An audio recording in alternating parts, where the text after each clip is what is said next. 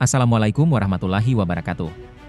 Kajian kali ini membahas dialog pemikiran menarik antara Imam Al-Mawardi dan Imam Abu Ya'la tentang konsep imamah. Keduanya hidup di abad ke-45 dan menulis kitab Al-Ahkam Al-Sultaniyah dengan perspektif berbeda. Imam Al-Mawardi, 364450H, adalah kadi mazhab Syafi'i. Sementara Imam Abu Ya'la, 380458H, adalah ulama Hanbali. Keduanya menulis dalam konteks politik kekhalifahan Abbasiyah yang sedang mengalami kemunduran. Dalam kitab Al-Ahkam Al-Sultaniyah halaman 5, Al-Mawardi mendefinisikan imamah sebagai kepemimpinan umum yang menggantikan kenabian dalam menjaga agama dan mengatur urusan dunia. Sementara Abu Ya'la dalam kitabnya halaman 3 menekankan aspek penerapan syariah. Perbedaan mendasar terletak pada persyaratan imam. Al-Mawardi dalam kitabnya halaman 67 menyebut 7 syarat termasuk keturunan Quraisy. Abu Ya'la dalam kitabnya halaman 45 tidak menekankan keturunan, tetapi kemampuan memimpin dan menegakkan keadilan. Mekanisme pengangkatan imam juga berbeda. Al-Mawardi dalam kitabnya halaman 8-10 menerima konsep penunjukan pewaris, mencerminkan realitas politik masa itu. Abu Ya'la dalam kitabnya halaman 68 menekankan pemilihan melalui baiat yang representatif.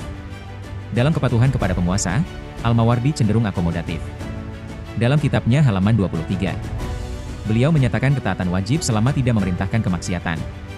Abu Ya'la dalam kitabnya halaman 15 lebih tegas, menekankan ketaatan hanya selama penguasa menegakkan syariah konsisten. Perbedaan pendekatan ini dipengaruhi konteks mazhab dan lingkungan politik. Al-Mawardi sebagai kadi di Baghdad menghadapi realitas politik kompleks. Sementara Abu Ya'la sebagai ulama Hanbali di lingkungan independen bisa lebih idealis. Konsep wilayatul penunjukan putra mahkota, contoh menarik perbedaan.